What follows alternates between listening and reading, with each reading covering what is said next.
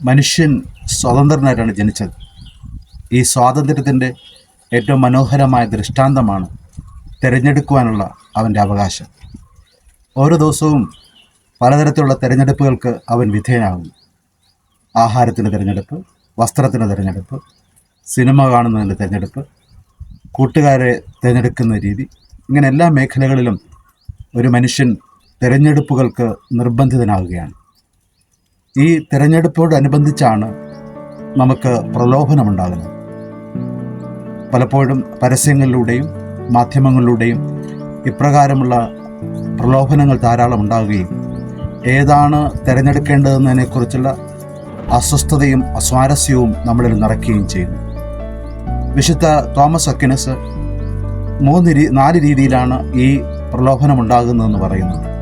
ഒന്നാമത്തേത്, ഒരു നിർദ്ദേശമായ രൂപത്തിലായിരിക്കും ആദ്യം കടന്നു വരുന്നത്. ഉദാഹരണമായിട്ട് ഒരു കൂട്ടുകാരൻ വന്ന് പറയുകയാണ്, നമുക്കൊരു സിനിമയ്ക്ക് പോകാം. ആ സിനിമ നല്ലതാണെന്ന് ഉള്ള നിർദ്ദേശമാണ് ആ സഹോദരൻ തരുന്നത്. ആ നിർദ്ദേശം നമുക്ക് രണ്ടാമത് നൽകുന്നത് ഒരു സുഖമാണ്. അത് തരുന്ന ഒരു സ്വസ്ഥതയും സന്തോഷവും. ആ സ്വസ്ഥത, ആ സന്തോഷം നമുക്ക് കാണാൻ പോകുന്ന സിനിമയെക്കുറിച്ചുള്ള സുഖം മനസ്സിൽ ജലിപ്പിക്കുന്നതിന് കാരണമായിട്ട് മാറുന്നു. ഈ സുഖം നമുക്ക് ഉണ്ടാകുമെന്ന ഭാവനയിൽ നമ്മൾ കാണുമ്പോൾ നമ്മുടെ മനസ്സാക്ഷിയുടെ സ്വരം ഉയരുകയായി. നമ്മുടെ മനസ്സാക്ഷി പറയും, സമയം വൃഥാ ചെലവഴിക്കരുത്, പഠിക്കാനുണ്ട്, ജോലി ചെയ്യാനുണ്ട്, മറ്റ് കടമകളും കർത്തവ്യങ്ങളും നിർവഹിക്കാനുണ്ട്. മൂന്നാമത്, അപ്പോഴേക്ക് നമുക്കൊരു സംഘർഷമുണ്ടാകും. വേണമോ വേണ്ടയോ, സുഖത്തിൻ്റെ പുറകെ പോകണമോ, ഉത്തരവാദിത്വത്തിൻ്റെ പുറകെ പോകണമോ? ഈ സംഘർഷം ഒരുതരം അസ്വസ്ഥത മനുഷ്യരിൽ സൃഷ്ടിക്കുന്നു. ഈ സംഘർഷത്തിൻ്റെ അവസ്ഥയിൽ ശരിയായതിലേക്കോ തെറ്റായതിലേക്കോ അവൻ തീരുമാനമെടുക്കുന്നു. അപ്പോൾ തീരുമാനമെടുക്കുന്നത് നല്ലതിനായിരുന്നാലും മോശമായിരുന്നാലും, സിനിമ കാണുന്നതിനായിരുന്നാലും കാണാതിരിക്കുന്നതിനായിരുന്നാലും, ആ തീരുമാനം അവന് സമാധാനം നൽകുന്നു. തുടർന്ന് അതിൻ്റെ അടിസ്ഥാനത്തിൽ അവൻ പ്രവർത്തനത്തിൽ വ്യാപൃതനാകുന്നു. ഇതുതന്നെയാണ് സാധാരണ ജീവിതത്തിൽ സംഭവിക്കുന്നത്. ഓരോ ദിവസവും നാം ഇപ്രകാരം തീരുമാനങ്ങൾ എടുക്കുവാൻ വേണ്ടി നിർബന്ധിതരാണ്. സുവിശേഷത്തിൽ 3 പ്രധാനപ്പെട്ട പ്രലോഭനങ്ങൾ അഭിമുഖീകരിക്കുന്നതായിട്ട് യേശുക്രിസ്തുവിൻ്റെ ജീവിതത്തിൽ നാം കാണുന്നു. ഒന്നാമത് പ്രലോഭനം, അവിടുന്ന് 40 ദിനരാത്രങ്ങൾ ഉപവസിച്ച് പിതാവുമായി താതാത്മ്യപ്പെട്ട് ആത്മീയ സായുജ്യത്തിലായിരുന്നതിന് ശേഷം ശരീരത്തിന് ക്ഷീണവും തളർച്ചയും ഉണ്ടാകുകയാണ്. ആ ക്ഷീണവും തളർച്ചയും മുതലെടുത്തുകൊണ്ട് പ്രലോഭനൻ എന്ന് പറയുന്നു, കല്ലുകളെയൊക്കെ അപ്പമാക്കി മാറ്റുവാൻ. കല്ലുകളെയൊക്കെ അപ്പമാക്കി മാറ്റുവാൻ കഴിയും എന്നുള്ള വിശ്വാസത്തിൻ്റെ അടിസ്ഥാനത്തിലായിരിക്കാം ഈ പ്രലോഭകൻ യേശുവിനോട് അപ്രകാരം പറയുന്നത്. യേശു വളരെ സമുചിതമായിട്ട് പെരുമാറുന്നതും മറുപടി പറയുന്നതും കാണാൻ കഴിയും. അവൻ പറയുന്നു, മനുഷ്യൻ അപ്പം കൊണ്ട് മാത്രമല്ല ജീവിക്കുന്നത്. ഒരു മനുഷ്യൻ്റെ ജീവിതത്തിൽ ആത്മീയമായ ദാഹവും ആത്മീയമായ വിശപ്പുമുണ്ട്.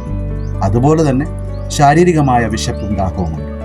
പലപ്പോഴും ഈ ആത്മീയമായ ദാഹവും വിശപ്പും മറന്നുകൊണ്ടാണ് ശാരീരികമായ വിശപ്പിൻ്റെയും ദാഹത്തിൻ്റെയും ശമനത്തിന് വേണ്ടി നാം പരക്കം പായുന്നത്. യേശു അതിനെ മുൻകൂട്ടി കണ്ടുകൊണ്ടാണ് പറയുന്നത്, ഒരുപോലെ രണ്ടിനും പ്രാധാന്യം കൊടുത്തുകൊണ്ട് സമഗ്രതയിലും സമ്യക്കായും ഒരു വ്യക്തിത്വത്തെ രൂപപ്പെടുത്തണമെന്ന്.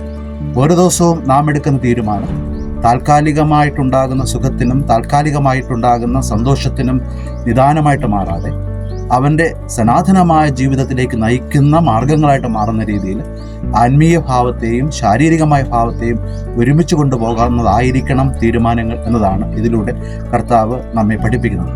അങ്ങനെ വരുമ്പോഴും നമ്മുടെ ജീവിതത്തിലുണ്ടാകുന്ന ഓരോ പ്രലോഭനങ്ങളും നിർദ്ദേശ രൂപത്തിൽ വരുമ്പോഴും അത് വിവേചിച്ചറിഞ്ഞ് അതിൻ്റെ നന്മതിന്മകളെ മനസ്സിലാക്കി ഭാവിയിലേക്കും സനാതനത്തിലേക്കും നയിക്കുന്നുവെന്ന് ബോധ്യപ്പെട്ടതിന് ശേഷം തീരുമാനമെടുക്കുവാനുള്ള ഒരു ആഹ്വാനമാണ് ഇതിലടങ്ങിയിരിക്കുന്നത്.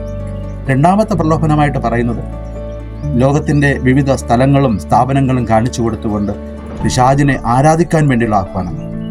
പിശാചിനെ ആരാധിക്കുമ്പോഴുണ്ടാകുന്ന ലോക ആധിപത്യവും ലോകത്തിൻ്റെ സ്ഥാനമാനങ്ങളും വരച്ച് കാട്ടിക്കൊണ്ടാണ് പ്രലോഭകൻ യേശുവിനെ അതിലേക്കുള്ള ഒരു ചിന്ത ഇട്ടുകൊടുക്കുന്നത്. എന്നാൽ അവിടെയും കർത്താവായ യേശുക്രിസ്തു യഥാർത്ഥ ആരാധനയെക്കുറിച്ച് പറയുകയാണ്. താൽക്കാലികമായ ലാഭത്തിന് വേണ്ടിയോ സ്വാർത്ഥപരമായ താല്പര്യത്തിന് വേണ്ടിയോ അല്ല ആരാധന നടത്തേണ്ടത്. ആരാധന എന്ന് പറയുന്നത് ദൈവത്തിൻ്റെ മുന്നിലുള്ള സ്വയം സമർപ്പണമാണ്. ദൈവത്തിന് സ്വയം സമർപ്പിച്ചുകൊണ്ട് ദൈവിക നീതിക്കും ദൈവഹിതത്തിനും സ്വയം വിട്ടുകൊടുക്കുന്ന ഒരു പ്രക്രിയയാണ് എങ്കിൽ അപ്രകാരമുള്ള ആരാധന താൽക്കാലികമായ ലാഭത്തിന് വേണ്ടിയോ സുഖത്തിന് വേണ്ടിയോ എന്തെങ്കിലുമൊക്കെ പേരിനും പ്രശസ്തിക്കും വേണ്ടി ആയിരിക്കരുത്. മറിച്ച് ദൈവത്തിൻ്റെ ഹിതം തിരിച്ചറിഞ്ഞുകൊണ്ട് ദൈവ മനുഷ്യ ബന്ധത്തിൽ ആഴപ്പെടുവാനുള്ള അവസരമായിട്ട് മാറണം എന്നുള്ള ആഹ്വാനമാണ് ഇതിലൂടെ അടങ്ങിയിരിക്കുന്നത്. മൂന്നാമത്തെ പ്രലോഭനമായിട്ട് യേശുക്രിസ്തുവിൻ്റെ ജീവിതത്തിൽ കാണുന്നത് ദേവാലയ ഗോപുരത്തിൽ അവിടുത്തെ നിർത്തിയിട്ട് ആ ഗോപുരത്തിൽ നിന്ന് താഴേക്ക് ചാടുവാൻ വേണ്ടിയുള്ള ആഹ്വാനമാണ്. താഴേക്ക് ചാടുക എന്ന് പറഞ്ഞാൽ സ്വാഭാവികമായിട്ടും ലോകത്തിൻ്റെ വ്യാപാരങ്ങളിലേക്ക് ചാടുക എന്നുള്ളതാണ്. മറ്റു രീതിയിൽ പറഞ്ഞാൽ ലോകത്തിൻ്റെ രീതികളുമായിട്ട് അഡ്ജസ്റ്റ്മെൻറ്റ് ചെയ്യുക എന്നുള്ളതാണ്.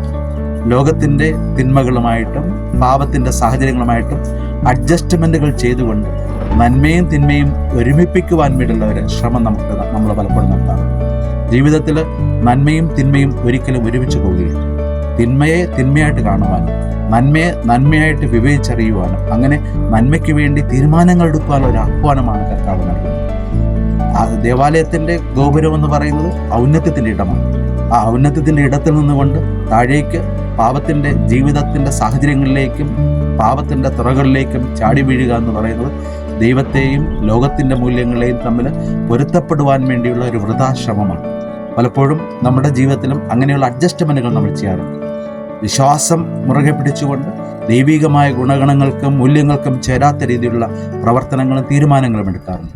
അവ രണ്ടും ഒരുമിച്ച് പോകുമെന്നുള്ള മിഥ്യാധാരണയുടെ അടിസ്ഥാനത്തിലാണ് അങ്ങനെയുള്ള തീരുമാനങ്ങൾ നാം എടുക്കുന്നത്.